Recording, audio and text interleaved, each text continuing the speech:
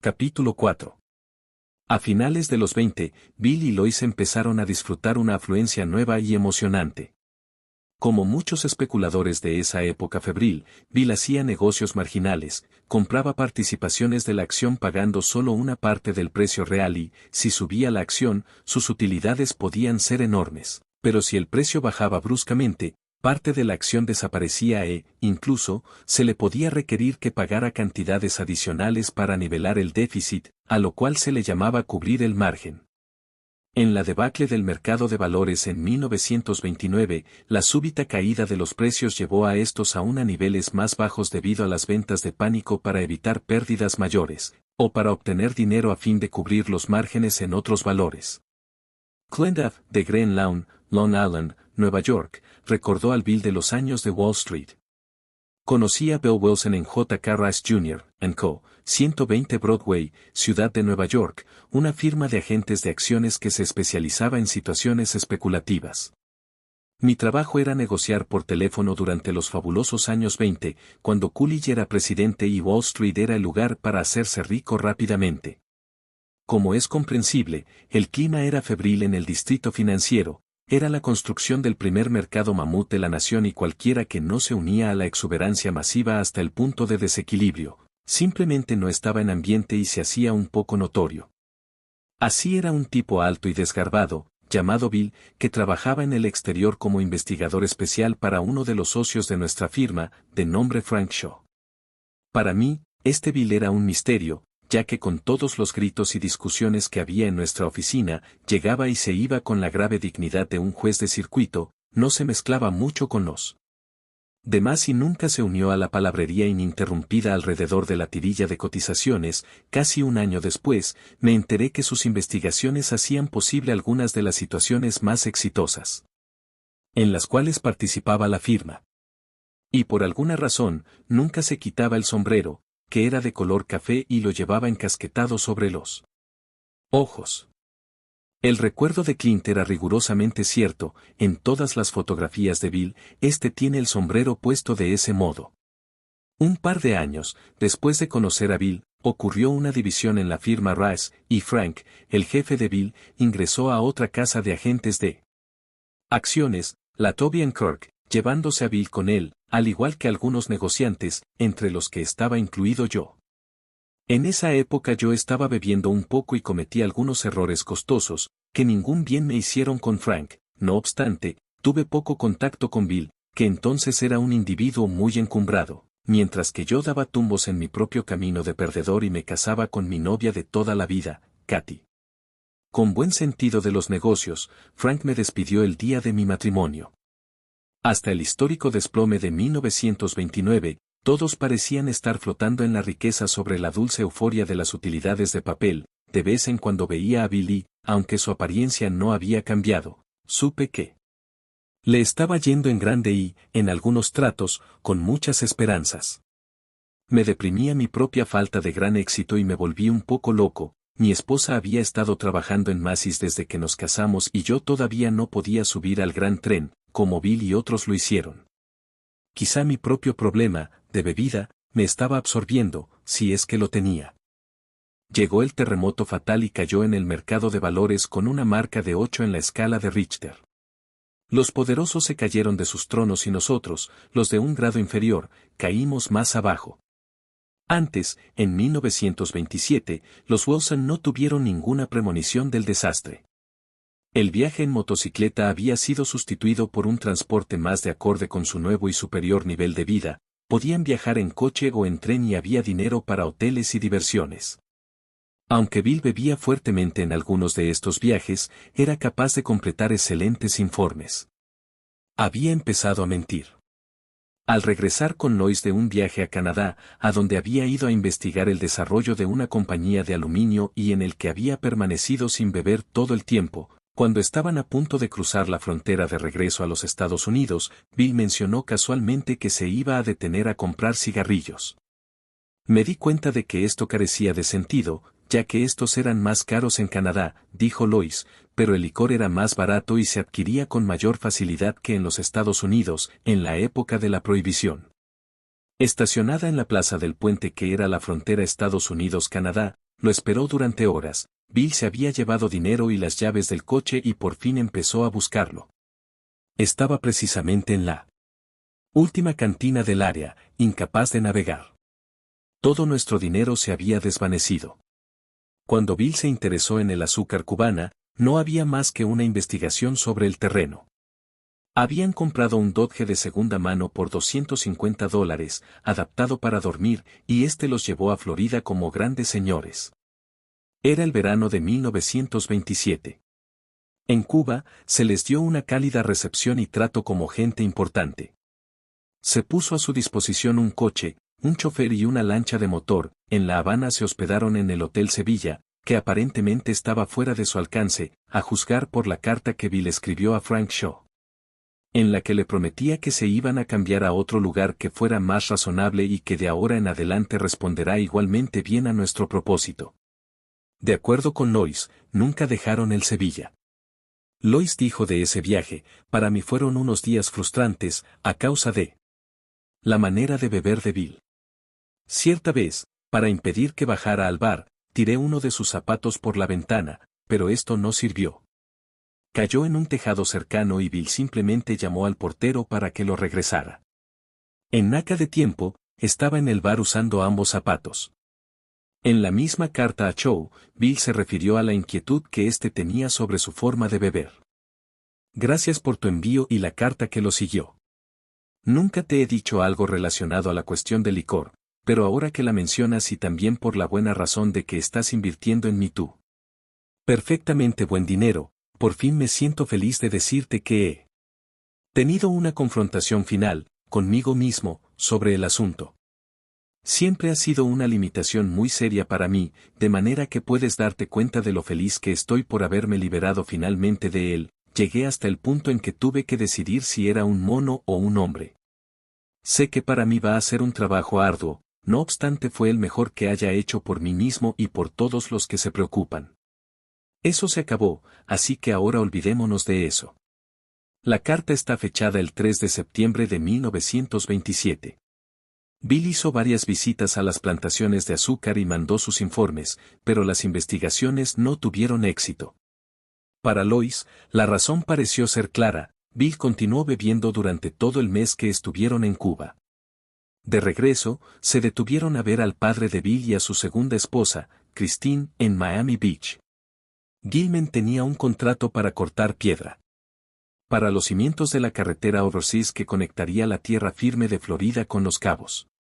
En esta visita, Bill conoció también a la hija de Gilman y Christine, su joven media hermana Ellen, nacida en 1916. De regreso a Nueva York, rentaron un caro apartamento de 3 cuartos en el 38 de la calle Livingston, en una de las mejores partes residenciales de Brooklyn. En razón de que no era suficiente para satisfacer los deseos grandiosos de Bill, lo ampliaron rentando el apartamento de junto y derribando la pared que los dividía. Ahora, tenía 2 recámaras, 2 baños, 2 cocinas y una sola y enorme sala. El elevadorista de este edificio era un Rosacruz de las Indias Occidentales llamado Randolph, que hizo lo que pudo para conservar abstemio a Bill y, cuando eso fallaba, mantenerlo fuera de peligro. Si Bill llegaba tarde a casa, Randolph iba a buscarlo a los bares cercanos. Bill estaba agradecido y, cuando se enteró que la hija de Randolph estaba estudiando música, le dio un cheque para que le comprara un piano. En 1928, Bill fue una estrella ante sus socios de Wall Street. Por supuesto, en aquellos días bebía por razones paranoides, lo hacía para soñar con más poder, con dominio. Para mí, el dinero nunca fue símbolo de seguridad, sino de prestigio y poder. Soñaba con el día en que se sentaría en prestigiosos consejos de directores. Sabes, mis héroes eran J. P. Morgan y el First National Bank. No había duda de la seriedad de su manera de beber. Tan pronto como sonaba la campanada de las 3 de la tarde para cerrar el mercado de valores, se dirigía a un expendio clandestino de bebidas alcohólicas y después bebía durante el camino a su casa. En la calle 14 ya estaba muy pasado y en la 59 me perdía por completo. Empezaba con $500 y tenía que arrastrarme bajo la puerta del metro para regresar a Brooklyn. Hubo escenas infelices en el suntuoso apartamento de la calle Livingston, a una promesa fallida, la seguía otra. El 20 de octubre de 1928, Bill escribió en la Biblia familiar, el lugar más sagrado que conocía, a mi adorada esposa que me ha soportado tanto, que esto quede como evidencia de mi promesa de que he terminado con la bebida para siempre. El Día de Acción de Gracias de ese año escribió, mi fortaleza se renovó 1000 veces en mi amor por ti y, en enero de 1929, añadió, para decirte una vez más que he terminado con ella. Te amo. A pesar de todo, ninguna de estas promesas contenía la angustia que Bill expresó en una carta sin fecha a Lois, hoy he fallado una vez más. Quizás sea incluso una gran tontería que siga intentando portarme bien. Como si tuviera gran educación, sencillamente la virtud no parece existir en mí y nadie la desea más que yo, aunque también nadie la desprecia con mayor frecuencia. Su manera de beber había empezado a preocupar mucho a sus socios de Wall Street, a pesar de su éxito fenomenal en la búsqueda persistente de situaciones que los beneficiaban. Los avergonzaba al emborracharse en sus viajes o al entrar en discusiones con los directores de la compañía. Siempre agradable y de buenos modales cuando estaba sin beber, Bill podía volverse molesto y autoritario cuando bebía. Ya no era bienvenido entre las amistades de Lois, aunque algunos bebían mucho, no podían soportarme, recordó Bill, y por supuesto, yo era muy boquiflojo cuando bebía, y tenía un horrible sentimiento de inferioridad respecto a alguna de su gente, mostrándome como el muchacho del campo que había llegado y hecho más dinero del que ellos hubieran visto. Ese era el tema de mi conversación y, simplemente cada vez más la gente no podía aceptarlo. Ya nos encontrábamos en él. Proceso de estar aislados, el cual solo era mitigado por el hecho de que estábamos haciendo dinero y más dinero. Como dijo Lois, a finales de 1927, estaba tan deprimido por su propio comportamiento que decía, ahora estoy a mitad del camino al infierno y sigo a todo vapor. Entonces firmó a mi favor todos los derechos, títulos e intereses de sus cuentas con sus agentes de acciones, Bellis & Company, y Toby & Kirk, noche tras noche. Llegaba a casa a primeras horas de la madrugada y estaba ya tan borracho que se caía justo al pasar la puerta de entrada o tenía que ayudarlo a acostarse. Lois describió la profundidad de su dilema con estas palabras, rara vez bebía Bill social o moderadamente, ya que empezaba, casi nunca se detenía hasta que llegaba a estar tan borracho que caía inerte. Cuando estaba en copas no era violento y después tenía profundos remordimientos. Cuando por último se dio cuenta que no podía detenerse, me pidió que lo ayudara y peleamos juntos la batalla del alcohol. En esa época no sabíamos que tenía una enfermedad física, mental y espiritual. La teoría tradicional de que la borrachera solo era una debilidad moral impidió que ambos pensáramos con claridad sobre el asunto. No obstante, Bill era fuerte moralmente, tenía un vívido sentido del bien y el mal, que se extendía a cosas pequeñas, y su respeto por los derechos de otras personas era extraordinario. Por ejemplo, no cruzaba sobre el prado de otra persona, aunque yo lo hacía con frecuencia. Tenía mucha fuerza de voluntad para hacer cualquier cosa que le interesara, pero esta no funcionaba contra el alcohol a pesar de que le interesaba.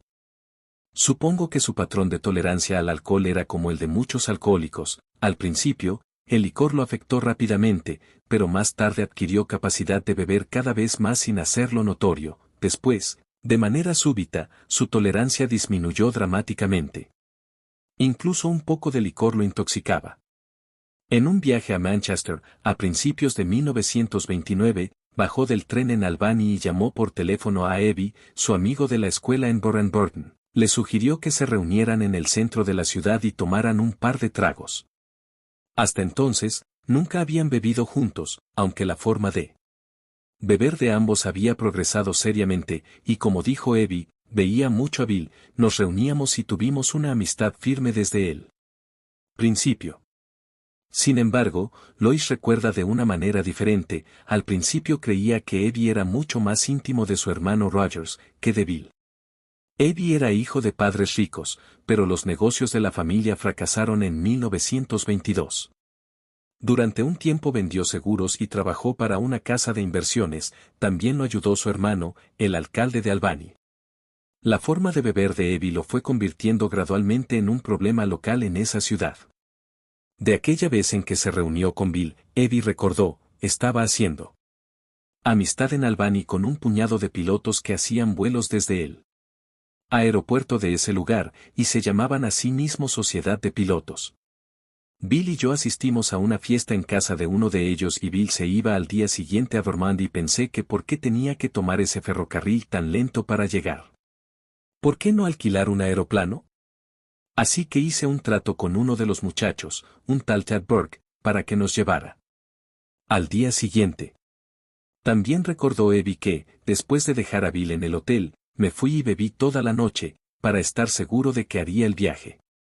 Bill, que en su versión de la historia dijo que ambos se fueron de juerga toda la noche, recordó que le pagaron al piloto un precio alto para que los llevara a Vermont, ya que no quería despegar, probablemente por el mal tiempo.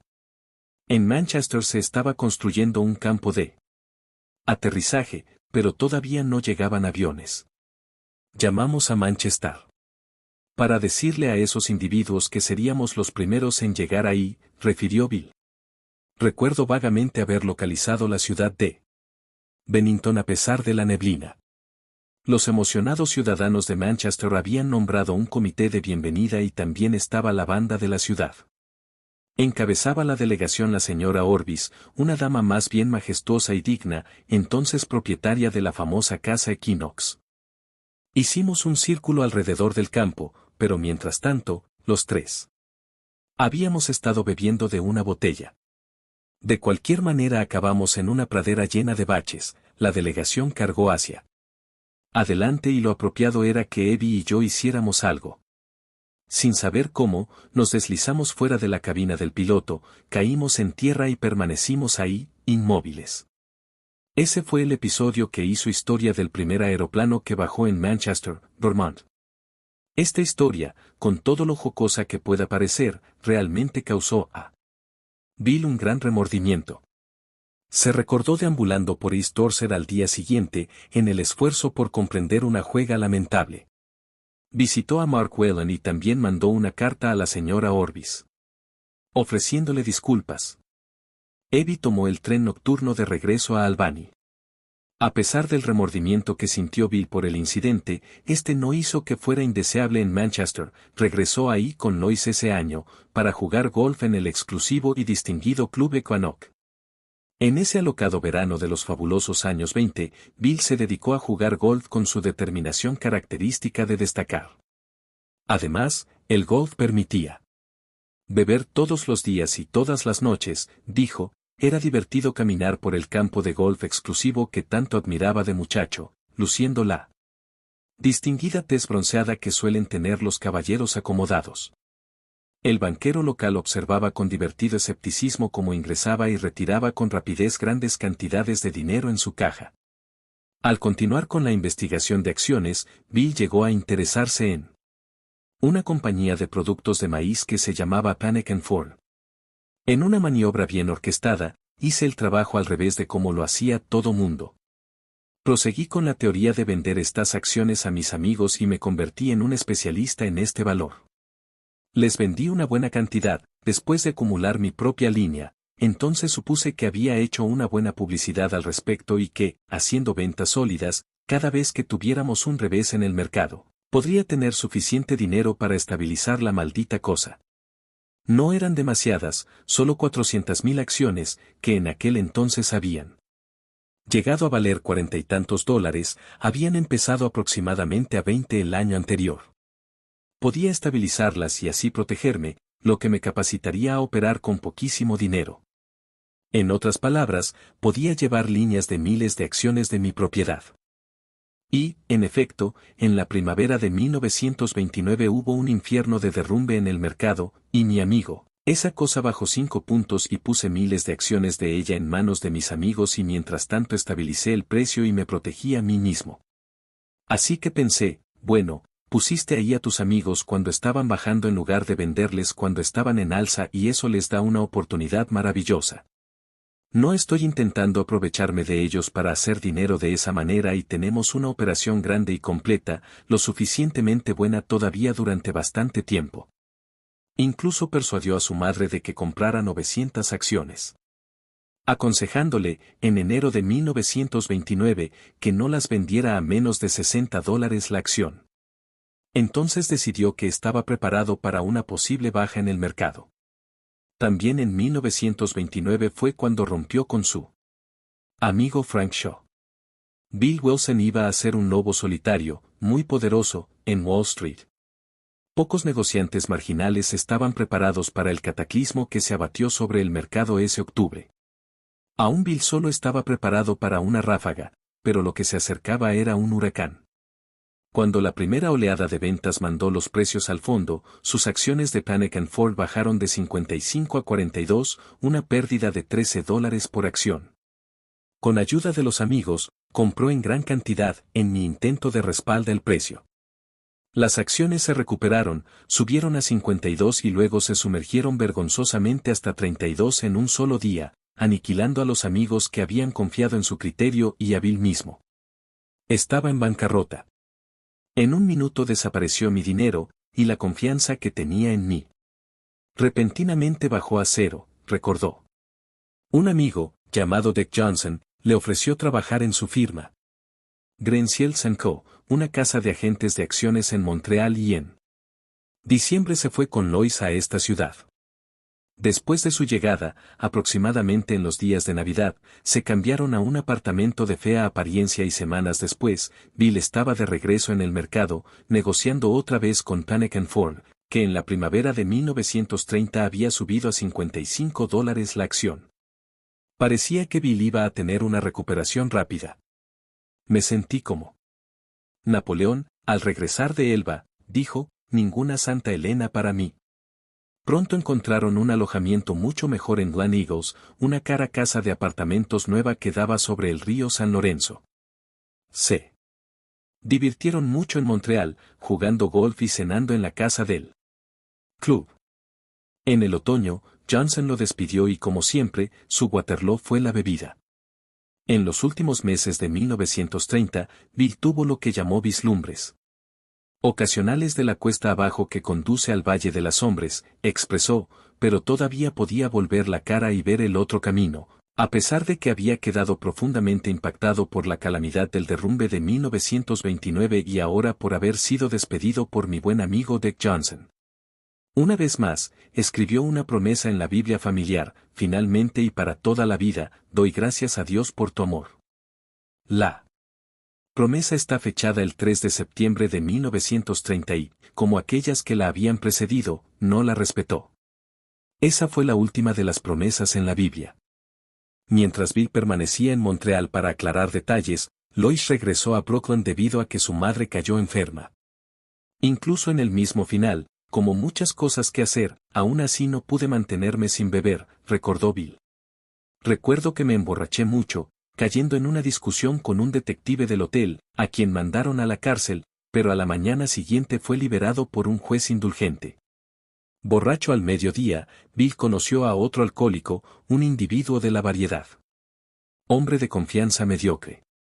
Esta compañía todavía estaba con él cuando finalmente despertó en Dormont, en el campamento de los Vernem, en el lago Esmeralda. Bill gastó hasta el último centavo que todavía poseía, en mandar al hombre de regreso a Montreal. Cuando Lois llegó a Dormont procedente de Brooklyn, hablaron sobre lo que debían hacer a continuación. En esa época, empecé realmente a apreciar su intensa dedicación, valor y todavía gran confianza en mí, dijo Bill. Después de una temporada sin alcohol nos fuimos a Nueva York a recuperar nuestras fortunas. Fue después del desastre de Montreal. Cuando por primera vez Bill intentó arduamente dejar de beber ya que en verdad quería hacerlo. Todavía no se daba cuenta de que estaba bajo el dominio de una obsesión, que en lo referente a la bebida había perdido el poder de elegir, y que todos sus esfuerzos personales para controlarla o dejarla conducirían a nada. De regreso a Brooklyn, los Wilson se hospedaron en casa de los padres de Lois. Aunque en esa época Bill tuvo que considerarse hasta cierto punto fracasado, según parece lo trataron con bondad y se interesaron en él. Verdaderamente eran una pareja maravillosa, dijo de los Vernem y de la madre de Lois, que su capacidad para la clase D Amor que no exige recompensa, para casi todo y todos, estaba más allá de la fe y la comprensión. Bill recordó a su suegro como un individuo excesivamente apuesto, vestido inmaculadamente y tan refinado en su hablar y en sus maneras como no he conocido a nadie. Bajo los buenos modales del Dr. Vernon, opinó Bill, existía un terrible dominio y una agresividad extrema que afectaba toda la vida de la familia, sin que se lo propusiera en lo absoluto y sin que alguien se diera cuenta de que eso sucedía.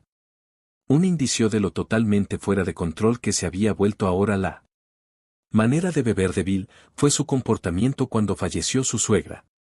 Después de ardua serie de tratamientos con radio para el cáncer de huesos, murió el día de Navidad de 1930. Bill estaba borracho en esa ocasión, había estado borracho desde días antes y siguió borracho en los días que siguieron. Lois escribió estas palabras en un momento de desesperación. ¿Qué puede uno pensar después de tantos fracasos? ¿Mi teoría de la importancia del amor y la fe no es más que una tontería?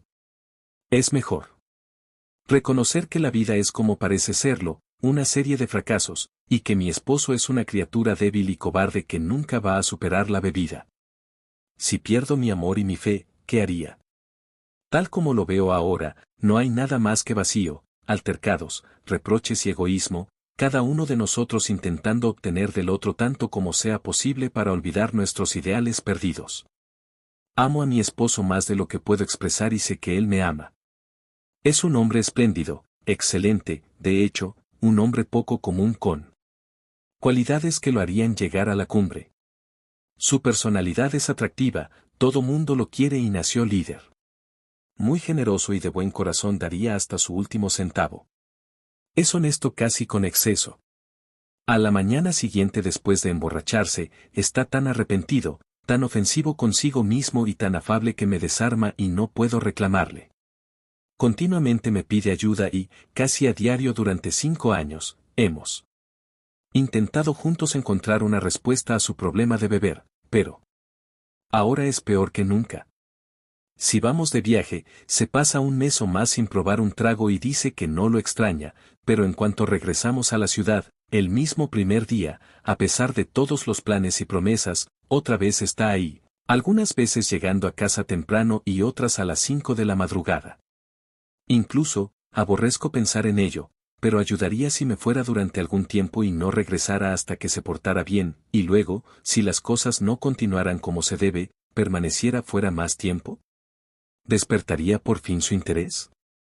Al escribir esto, puedo ver que por supuesto el problema no se refiere a mi vida, porque probablemente el sufrimiento me está haciendo un bien, sino a la suya, el daño espantoso que le debe estar haciendo.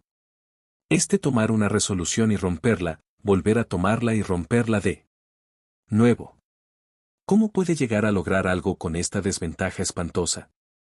Me preocupo más al respecto por el efecto moral sobre él que del físico, aunque Dios sabe que la terrible sustancia que bebe es suficiente para consumirlo por completo.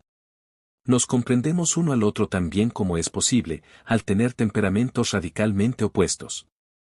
Admito que no puedo entender su anhelo por el licor, porque a mí no me atrae, aunque varias veces me he emborrachado con objeto de probar y encontrar que me atraiga. Creo que la gente es buena si se le da la mitad de una oportunidad y que el bien es más poderoso que el mal. Para mí, el mundo parece ser atormentante, a veces casi dolorosamente hermoso, y la bondad y generosidad de la gente con frecuencia excede a lo que yo había esperado. Francis Bacon dice que la mente humana se engaña fácilmente, que creemos lo que queremos creer y solo reconocemos los hechos que van de acuerdo con esa creencia. ¿Estoy haciendo algo idéntico? ¿Es mala la gente, el amor inútil y está sentenciado Bill a ser menos que mediocre? Soy una tonta al no reconocerlo y agarrarme a ¿cuánto placer y comodidad puedo? Por su parte, Bill escribió a Lois miles de cartas. Me escribía una y otra vez, diciéndome que nunca volvería a beber. Humillado por sus fracasos y por su dependencia del padre de su esposa, Bill encontró un trabajo como investigador, con salario de $100 a la semana. Lo que en esos días de la depresión era una fortuna. Para muchas familias, para Bill fue humillante, sin embargo, se mantuvo en ese trabajo durante casi un año e, incluso, hizo algún proceso en la organización. Pero fue despedido a raíz de un incidente de cantina que describió como un escándalo con un taxista. Con este despido, se terminó definitivamente la permanencia de Bill en Wall Street. Debía $60,000 y no tenía un centavo. Empecé a acercarme a los pocos amigos que me quedaban en la street, que había sobrevivido al derrumbe, pero encontré que su confianza en mí había desaparecido realmente desde hacía algunos años, refirió. Ahora que estaba sin un centavo y evidentemente con un profundo problema con él licor, nada tenían para mí y con seguridad que no se les podía culpar por eso. Bill entró ahora en una fase de beber sin esperanza, que se complicó con la depresión, pero aunque hubiera sido una época de prosperidad, es dudoso que hubiera ganado lo suficiente para vivir. Lois encontró un trabajo en Massey, con sueldo de $19 a la semana más una pequeña comisión sobre lo que vendiera, y eso llegó a ser su sustento. Bill se sentaba en alguna casa de agentes de acciones durante el día, intentando dar la apariencia de estar trabajando. Ocasionalmente, era capaz de desarrollar ideas para tratos pequeños en valores y los vendía por unos pocos cientos de dólares. Lois vio poco de ese dinero. Ahora, la mayor parte del dinero era para pagar las cuentas de los expendios de licor clandestinos con objeto de tener una línea de crédito fresca cuando se me acabara el dinero. También me había vuelto bebedor solitario, en parte porque lo prefería, y en parte porque a ninguno de mis compañeros de Wall Street interesaba ya mi compañía. Algunas veces se pasaba el día con un quinto de ginebra dándole traguitos de manera discreta, mientras recorría las casas de agentes de acciones, por lo general, se las arreglaba para parecerlo suficientemente sobrio. Después de pedir prestados unos dólares para comprar otra botella con el contrabandista de licor más próximo, subía al metro durante horas, todavía dando traguitos, y podía presentarse en su casa a cualquier hora de la noche. Esa fue la vida de Bill durante 1931, hasta el verano de 1932. Estaba empezando a mostrar signos de deterioro mental. Cuando la gente intentaba razonar con él durante una borrachera prolongada, se volvía violento y hablaba cosas incoherentes que los asustaba. Empecé a comprender lo que eran las crudas reales y algunas veces llegué al borde del delirio. Se acostaba en la cama y bebía mientras Lois estaba trabajando. Ahora, el demonio estaba avanzando hacia la posesión plena, expresó. En 1932, cuando las acciones de valores sólidos se estaban vendiendo a cotizaciones de ganga, Bill decidió formar un sindicato de compra para aprovechar los precios extremadamente bajos. Tenía la ayuda de su cuñado Gardner Swansell, esposo de Kitty, la hermana menor de Lois, cuya firma era Tallow Bates & Company, que tenía numerosos amigos en la comunidad financiera. Aunque Bill ya no era bien recibido en muchos despachos de Wall Street, hizo un esfuerzo sobrehumano para refrenarse durante las horas de oficina. No tardó mucho en iniciar amistad con dos hombres que estuvieron de acuerdo en formar el sindicato de compras con él. Eran Arthur Wheeler y Frank Wanens. Aquel era el hijo único del presidente de la compañía productora de latas para conserva American Can Company. El año deprimente de 1932 parecía ser inapropiado para la compra especulativa, pero Bill se había dado cuenta de que en realidad era época muy favorable, ya que muchos valores se estaban vendiendo a la mitad o la tercera parte de su valor neto. Si uno pudiera superar sus miedos, tener capital y paciencia, podría existir una fortuna en la recuperación que está destinada a llegar un día, opinó. Estados Unidos se estaba acercando con rapidez a la época en que sencillamente tenía que experimentarse un giro. Bill estaba por completo loco de alegría ante esta oportunidad de hacer un regreso. Los nuevos socios, impresionados por sus ideas, le asignaron una participación generosa, pero en su contrato pusieron una estipulación importante: si Bill empezaba a beber de nuevo, no solo se anularía el trato, sino que también perdería sus intereses en la empresa. Firmé el acuerdo y exhalé un tremendo suspiro de alivio, recordó Bill. Confiado, como estaba, en la ruta de la recuperación financiera, se lanzó con decisión al trabajo. Durante los 2 o 3 meses siguientes, las cosas fueron bien. Para su asombro, tenía poca necesidad de beber, de hecho, sentía una ausencia completa de la tentación. Pronto se corrió la voz y empezó a mejorar su reputación en Wall Street, lo cual le condujo a otra oportunidad, una asignación para investigar un nuevo proceso fotográfico en los laboratorios Pathé en Bound Brook, New Jersey. Acompañado por varios ingenieros, Bill llegó a Bound Brook para hacer la investigación. Después de cenar, los ingenieros empezaron a jugar póker e invitaron a Bill a que se les uniera, pero él nunca había tenido interés alguno en las cartas, por lo que se rehusó. De algún lado apareció una jarra de un brandy de manzana llamado Relámpago de Jersey. Con rapidez y facilidad, Bill se rehusó una vez más. Al ir transcurriendo la noche, de vez en cuando los compañeros de Bill renovaban su oferta de un trago y lo rehusaban con firmeza. En cierto momento, incluso llegó a explicar que era una persona que no podía manejar el licor. A medianoche, estaba aburrido e inquieto, sus pensamientos se desviaron al pasado, a sus jocosas aventuras del tiempo de guerra y lo que disfrutó los excelentes vinos de Francia. Se desvanecieron de su mente la miseria y la derrota de los años recientes y mientras estaba consintiendo su agradable recuerdo, se le ocurrió que nunca había probado el Relámpago de Jersey. La siguiente vez que pasó enfrente de él, su pensamiento fue, supongo que un rayito del Relámpago de Jersey no puede dañarme mucho. Estuvo borracho durante 3 días. Pronto corrió hasta Wall Street la voz de la debacle y esto fue el fin de su contrato y de su regreso. Hasta esta época, creo que el deseo de lo grandioso había motivado mi manera de beber, pero ahora experimentaba un cambio completamente brusco y abrupto en la motivación, todavía pensaba que esta era la misma, pero mi comportamiento lo desmintió. Regresé a Wall Street, pero mis amigos lo sentían mucho, muchísimo y nada quedaba por hacer. Ahora, algunas veces me emborrachaba por la mañana, incluso aunque estuviera intentando una transacción de negocios, y cuando estaba irritable, insultaba a la misma gente que estaba tratando de impresionar. Algunas veces, me tenían que sacar de las oficinas y me dirigía al expendio de bebidas más cercano, me echaba algunos tragos, compraba una botella y tomaba grandes cantidades. Intentaba llegar a casa cuando aún me quedara bebida, ocultando siempre un quinto de ginebra o posiblemente 2.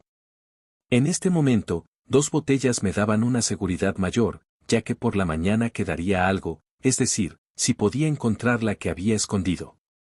Como los demás alcohólicos, escondía el licor de la misma manera que una ardilla protegería las nueces, que podía encontrarse en el desván, en las vigas del techo, bajo las tarimas del piso, también enterrado en él. Carbón en el sótano, en la caja de agua del inodoro, en el patio de atrás. Durante las horas en que Lois estaba trabajando, hacía esfuerzos por reponer mis existencias. Pero, volviendo a mi motivación, ahora veo que estaba bebiendo para olvidar. Había días en que bebía en la casa, raramente capaz de conseguir que me entraran alimentos, luego la laguna mental, después de una dramática separación de Lois por las mañanas y una vez más. Borracho durante el día. 2 o 3 botellas de ginebra al día se habían convertido en rutina. Mi moral estaba completamente hecha pedazos. Recuerdo que arrojé a la pobre de Lois una pequeña máquina de coser, otra vez anduve por toda la casa pateando los paneles de las puertas. Ahora era también una rutina que estuviera bastante mal e irritable, y en los momentos de mayor lucidez, Lois me decía con terror en los ojos lo loco que había estado realmente. ¿Qué podíamos hacer al respecto? Pareció abrirse una salida del estado de desesperación cuando se presentó otra oportunidad profesional, en la forma de su viejo amigo Clint. Un día, en la esquina de Wall Street con Broad me tropecé con Clint Duff, un negociante independiente con el que tenía alguna amistad. Clint me dijo que estaba trabajando para un individuo que era perfectamente maravilloso, Joe Hirschhorn, el cual a pesar de la época, todavía tenía dinero y lo estaba ganando rápidamente.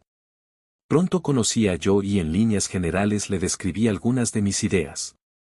Joe había llegado a Wall Street por el camino difícil, empezando como un negociante en acciones de poca importancia cuando la gente se situaba en Broad Street y negociaba en el mercado libre. Subsecuentemente, su gran perspicacia le había llevado a tener contactos importantes y además, tenía una extraña aptitud para negociar. Me hizo grandes promesas y empecé a animarme ligeramente. Algunas veces me decía que había comprado una línea de acciones en la que yo iba con ciertas acciones a crédito. De vez en cuando, me daba un cheque por poco dinero, el cual generalmente gastaba en quintos de ginebra, ahora de la variedad de tienda de golosinas. La versión de Clint del contacto con Hershorn es, a raíz de la calamidad en el mercado de valores, que dañó a todos, la depresión y la pobreza de 1931 y 1932 parecía ser el final. Dándome mi esposa la tarifa del metro de 2 monedas de 5 centavos, pero ninguna para comer, iba diariamente de un lado a otro de Wall Street, buscando algo. Afortunadamente, me encontré con un agente de valores rico y muy listo que había sobrevivido al cataclismo. Su nombre era Joe Hirshhorn y me aceptó porque le gustó mi capacitación como especialista, pero sabía que solo fracasaría, como siempre me sucedió. ¿Cómo podría obtener ayuda en lo que con seguridad era una gran oportunidad bajada del cielo? Pensé en Bill y me pregunté si todavía viviría en Brooklyn Heights.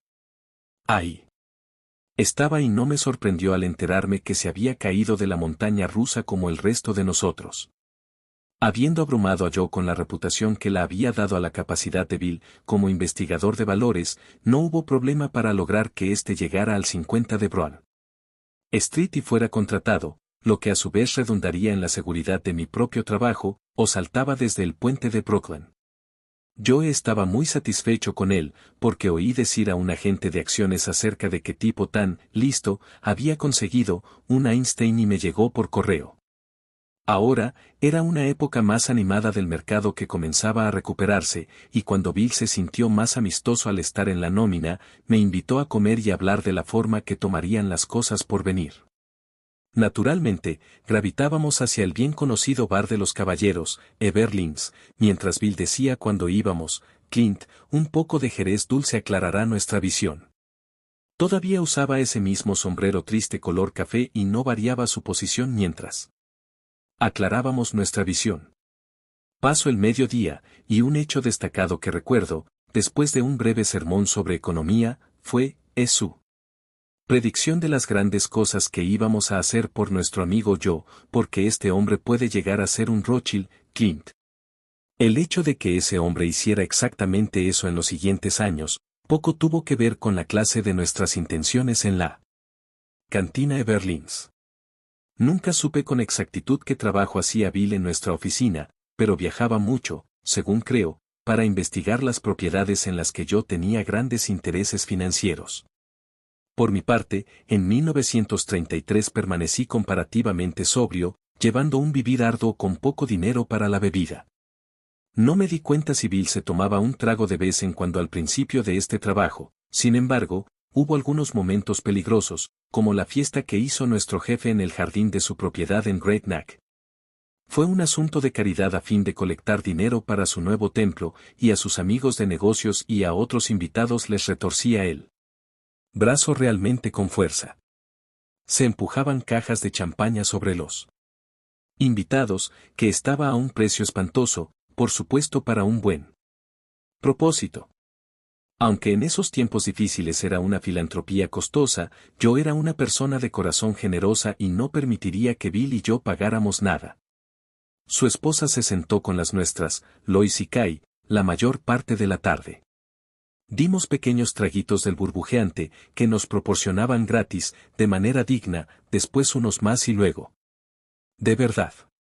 Lois y Kai no parecieron estar cómodas hasta que llegó la hora de irnos a casa. En una ida al cuarto debajo, Bill y yo descubrimos la despensa en que almacenaban la champaña. ¡Qué alivio! Bill dijo algo así como, mira, un regalo del cielo. Cada uno escondimos en nuestras ropas tantas botellas como pudimos y decidimos que en una emergencia abriríamos un par de extras. Rompimos los cuellos contra el sanitario y nos tragamos el contenido como locos. En todas partes quedaron vidrios rotos y salpicaduras de líquido, así como sobre nosotros. Intentamos apresurarnos a reunirnos con los demás, diciendo buenas noches a nuestro jefe, pero a ambos nos golpeó la bebida al mismo tiempo. Mi esposa me agarró por el brazo, pero ya no pude oír ni hablar. Lois se adelantó a Bill, que se movía lentamente y trataba de decir algo a Joe. Kai dijo que estaba renunciando a pertenecer al nuevo templo. Se cerró la niebla. Kai llevó a Lois y a Bill de regreso a Brooklyn en un coche prestado. De alguna manera y con gran esfuerzo, Bill y yo llegamos a la oficina al día siguiente, entonces estábamos mucho más jóvenes. Joe nos dio la bienvenida y comentó que cree en algún gorrón de la gente. Que invitamos se robó champaña y rompió algunas botellas en el cuarto de baño. Imagínense a nuestra propia gente actuando de esa manera. Bill tenía la facultad de seguir adelante con su trabajo sin revelar que algunas veces estaba bastante borracho. Nunca se tambaleaba, aunque en ocasiones lo vi moverse un poco de un lado a otro como si le pegara una ráfaga de viento.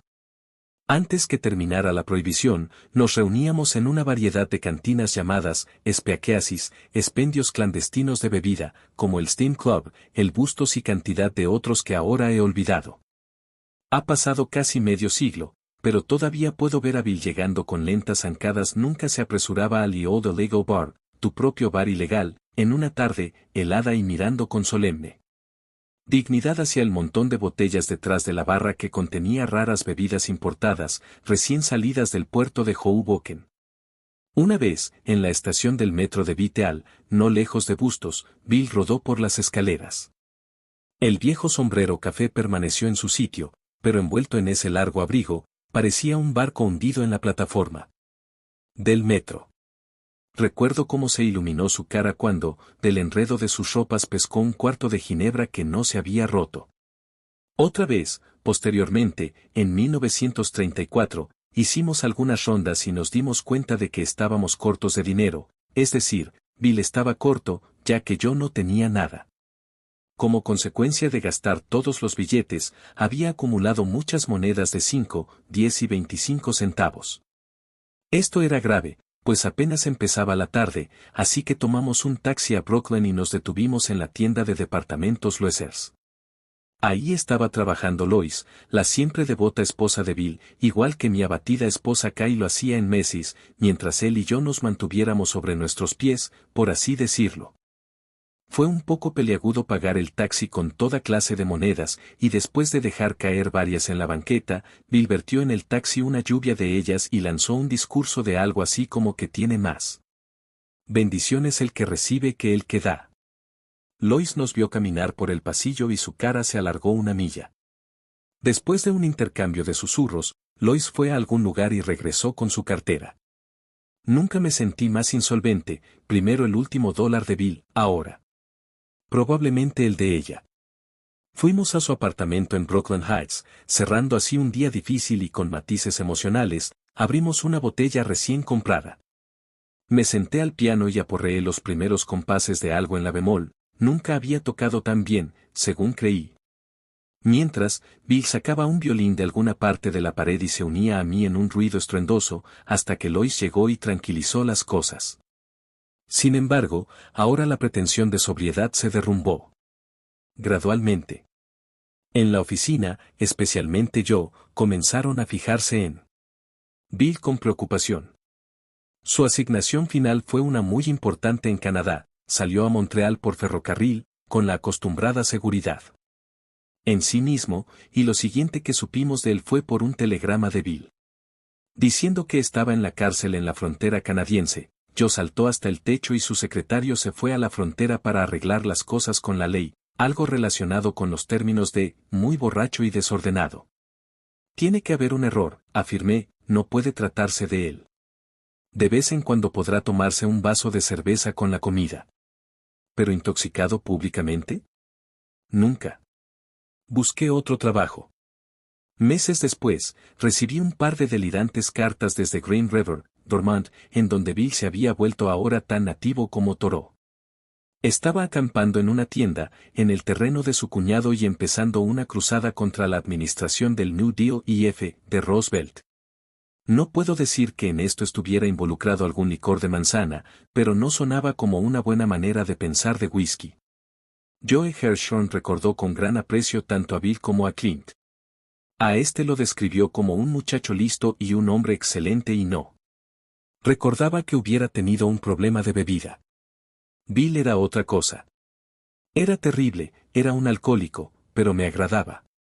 Era uno de los más brillantes analistas de acciones en Wall Street, había muchos analistas por ahí, pero no sabían qué diablos estaban haciendo. Bill era un hombre muy meticuloso y yo lo admiraba y me agradaba, era brillante y le ayudé. Sabes, solía emborracharse horriblemente enfrente de nuestra oficina en el 50 de Broad, y un par de los muchachos y yo íbamos y lo traíamos. Yo tenía una oficina grande, lo poníamos en el sofá y dejábamos que se secara. Dijo Hershon que Bill había quedado por los suelos con otros por causa de su manera de beber, ya que hacía promesas a mucha gente, y luego, después de algunos días, se emborrachaba otra vez.